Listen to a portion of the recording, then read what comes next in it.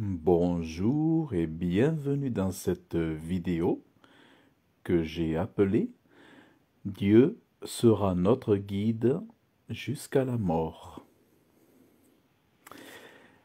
Alors, je vous parle de ça parce qu'il est écrit dans la Bible, car ce Dieu est notre Dieu pour toujours et à perpétuité.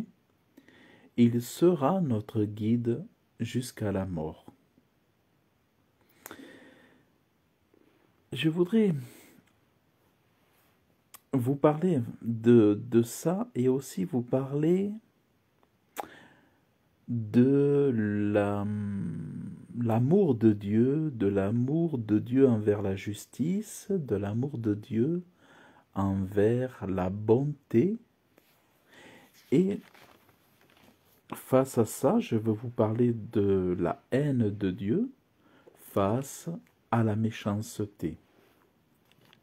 Donc nous avons un Dieu qui nous guide jusqu'à la mort. Et nous avons un Dieu qui haït la méchanceté. D'ailleurs, nous pouvons le lire, toujours dans la Bible, où il est écrit « Ton trône, ô Dieu, est pour toujours et à perpétuité. C'est un sceptre de droiture que le sceptre de ton règne. Tu as aimé la justice et tu as haï la méchanceté. C'est pourquoi Dieu, ton Dieu, t'a oint d'une huile de joie au-dessus de tes compagnons. » Donc là, nous avons Dieu qui est en train de nous dire que son Fils Jésus-Christ, qui est Dieu, est, est totalement détaché de toute méchanceté. La méchanceté n'existe pas ni en Dieu, ni en Jésus-Christ. Et ça, c'est une excellente nouvelle qui apaise toute âme d'homme qui cherche à connaître Dieu. Le fait de savoir que nous avons un Dieu qui est détaché de toute méchanceté et qui est rempli de bonté et d'amabilité, eh bien nous avons vraiment beaucoup de joie de l'entendre. Nous avons un Dieu créateur, un Dieu vivant, qui est détaché de toute méchanceté. Donc nous avons un Dieu qui nous guide, qui nous guidera jusqu'à la mort, et il nous guidera jusqu'à la mort en toute bonté, en toute bienveillance, en toute miséricorde, avec, on pourrait dire, de façon humaine, sous un angle humain, avec une bonne attitude, avec un bon comportement, avec des bons principes à notre égard. Qu'est-ce qu'on sait de ce Dieu-là? Il est dit de ce Dieu-là, donc de Jésus-Christ, qu'il a été lui-même avec de très bons sentiments. Regardez ce qu'il est écrit de Jésus-Christ et de ce comportement. Lui qui est Dieu, il est dit de lui, certainement lui, Jésus, a porté nos langueurs, il s'est chargé de nos douleurs, et nous l'avons estimé battu, frappé de Dieu et affligé. Mais il a été blessé pour nos transgressions et il a été meurtri pour nos iniquités. Le châtiment de notre paix a été sur lui, et par ses meurtrissures nous sommes guéris. Nous avons tous été errants comme des brebis. Nous nous sommes tournés chacun vers son propre chemin.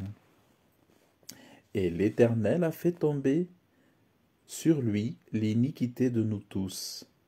Il a été opprimé et affligé, et il n'a pas ouvert sa bouche.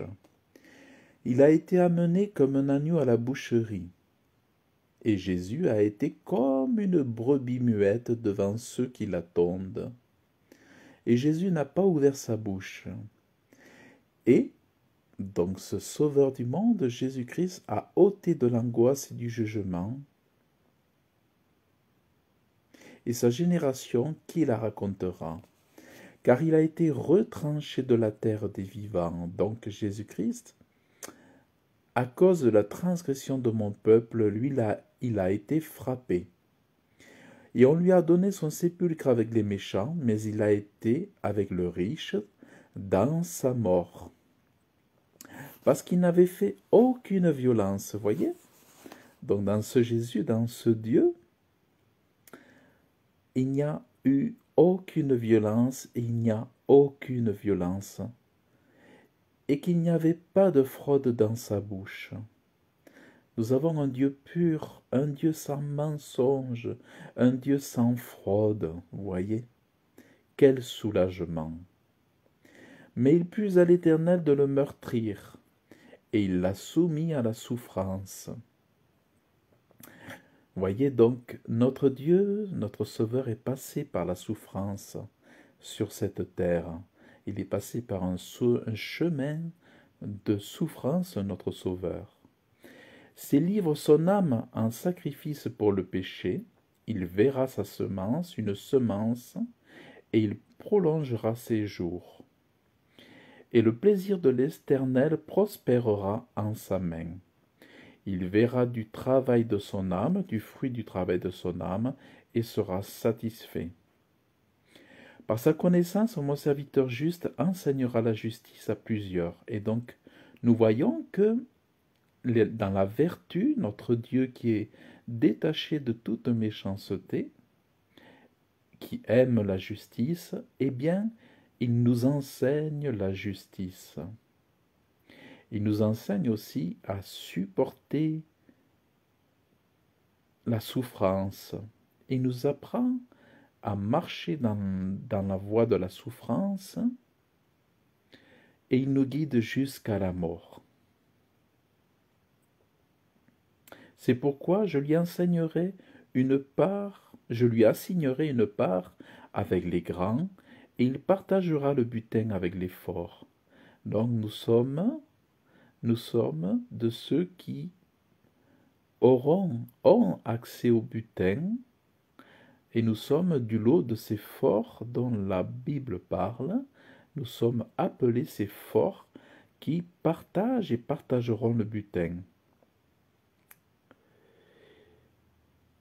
Parce qu'il aura livré son âme à la mort. Donc, voyez, Jésus-Christ a livré son âme à la mort, il a été jusqu'à la mort, et qu'il aura été compté parmi les transgresseurs, et qu'il a porté le péché de plusieurs, et qu'il a intercédé pour les transgresseurs. Donc Jésus a été jusqu'à la mort, et qu'est-ce qui s'est passé? Il est ressuscité le troisième jour. Et qu'est-ce que nous savons, nous, en tant qu'enfants de Dieu, en tant que chrétiens? C'est que de la même façon, nous allons ressusciter.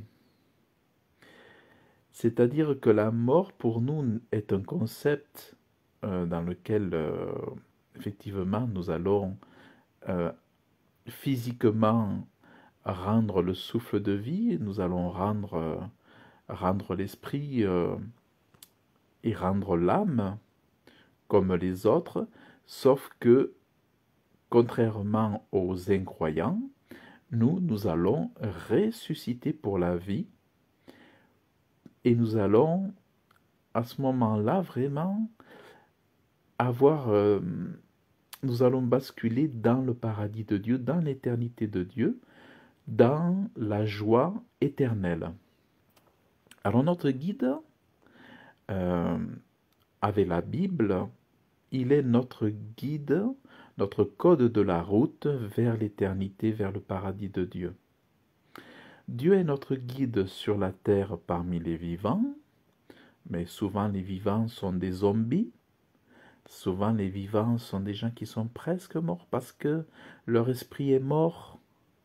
Leur esprit, leur âme sont en souffrance, leur âme bien souvent chez les hommes sont déjà aux portes de l'enfer et leurs esprits sont morts, ils n'ont pas été régénérés, ils sont dénués de toute spiritualité, donc parmi les vivants, mais quand même beaucoup parmi les zombies, les hommes sont maltraités par le diable et les démons. Mais Dieu appelle tous les hommes à être délivrés des chaînes de Satan, du diable, et lorsque les hommes entrent dans le royaume de Dieu, rachetés par le sang de Jésus, au bénéfice du salut qui est dans l'œuvre de Jésus-Christ, eh bien, Dieu est le guide vers l'éternité, vers la mort.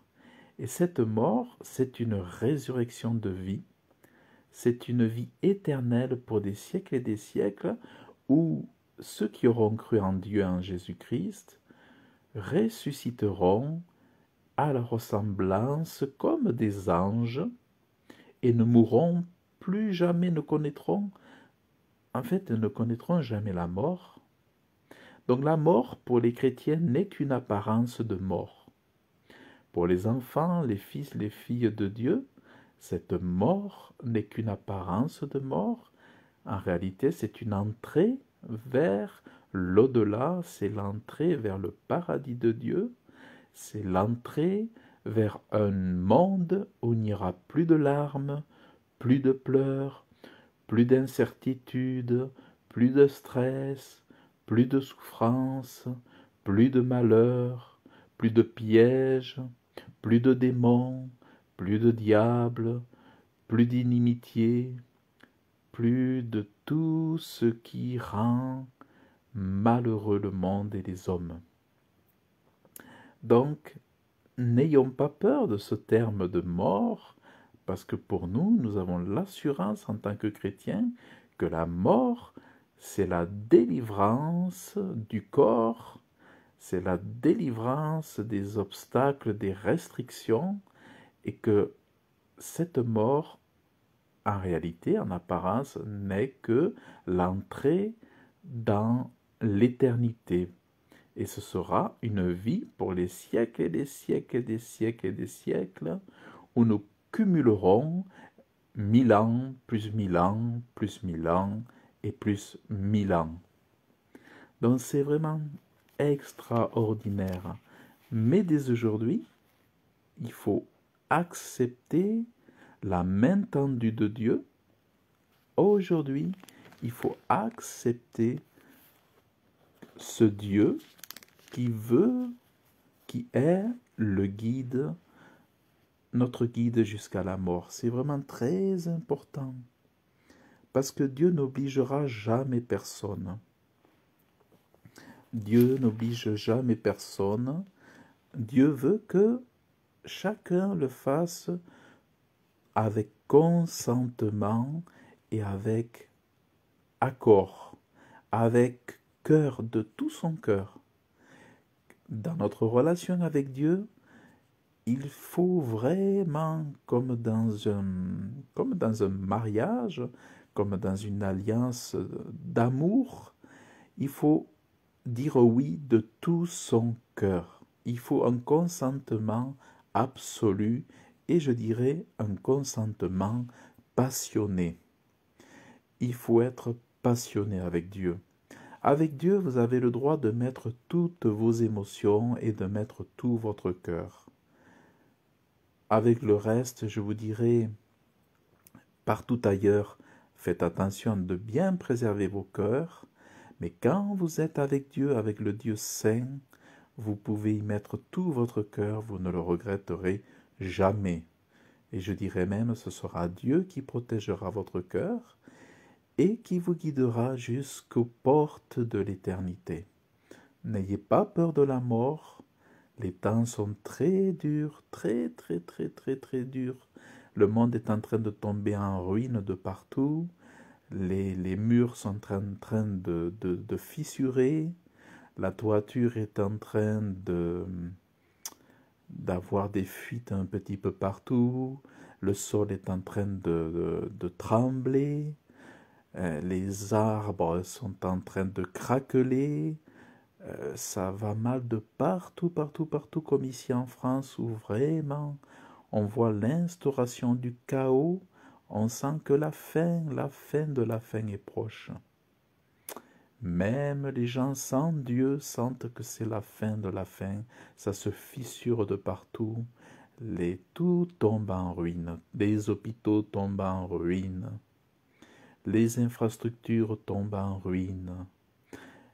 Toutes les infrastructures, tout craquelle de partout. C'est vraiment un empire du mensonge. C'est vraiment affreux tout ce qui se passe. Comment les démons sont aujourd'hui les gérants de toutes les strates de l'administration, de toutes les strates politiques, oligarchiques, de toutes les élites et tout ça. Donc c'est vraiment affreux, affreux, affreux, affreux. Il y a de quoi vraiment être malheureux et malade et dépressif. C'est pour ça qu'aujourd'hui je vous invite à donner votre cœur à Jésus-Christ, qu'il soit le guide, votre guide jusqu'à la mort, pour vous assurer le salut et l'éternité. Vraiment, il n'y a rien, il n'y a rien, il n'y a rien de plus sérieux que cela. Ce n'est pas un amusement, il n'y a rien de plus sérieux, de plus solennel que cela. Vraiment, faites confiance en Dieu, faites confiance en Jésus-Christ, le Sauveur du monde qui a donné sa vie, qui a marché dans le chemin de l'obéissance, dans le chemin de la souffrance. Donc vous aussi, n'ayez pas peur de la souffrance, n'ayez pas peur de la mort. Dieu est là, vivant, présent, bienveillant, dénudé de toute méchanceté, un Dieu merveilleux, un Dieu d'amour.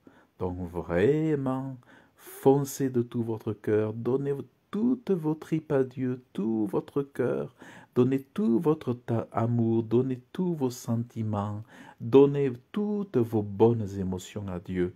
Confiez-vous en lui, mettez-vous à genoux devant lui. Je ne trouve pas les mots. Mettez-vous à genoux devant lui et soyez à 100% avec Dieu. Parce qu'aujourd'hui, plus que jamais, honnêtement, aujourd'hui plus que jamais, ne jouez pas un pied dans un camp, un pied dans l'autre camp. Ne jouez pas avec un pied dans le camp de Dieu et un pied dans le camp de l'ennemi. Mettez les deux pieds, il est temps de réunir, de mettre les deux pieds du côté du camp de Dieu, dans le royaume de Dieu. Parce que si vous avez un pied des deux côtés, vous allez être tranché en deux, et c'est la mort, la ruine assurée. Il n'y a plus de place au compromis. Donnez votre cœur à Dieu intégralement. Vraiment, on voit vraiment la fin de la fin. Tout le monde le sent. Donc, guide, Dieu sera le guide, notre guide jusqu'à la mort. Je le confesse et je crois que pour vous aussi, vraiment de tout cœur, je le crois pour vous aussi. Que Dieu soit votre guide jusqu'à la mort et n'ayez pas peur de la mort, car cette mort, en apparence, pour le chrétien, c'est l'entrée dans la vie éternelle. Mais pour les non-chrétiens, les non-croyants, selon la science des saints, donnée à connaître par la parole de Dieu, eh bien nous savons que ceux qui sont incroyants, eux, souffriront pour l'éternité dans un étang ardent de feu et de soufre, dans des tourments éternels.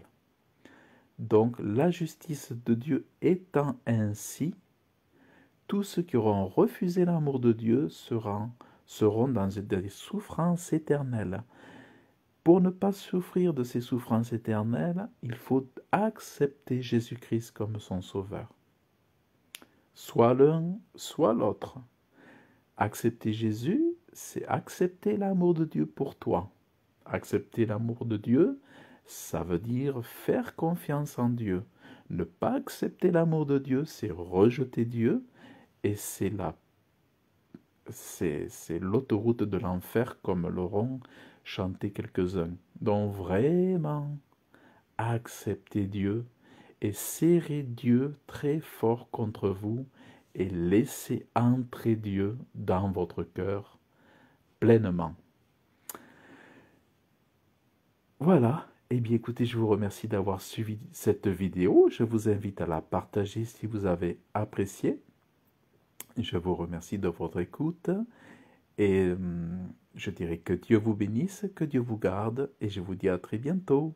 Bye bye.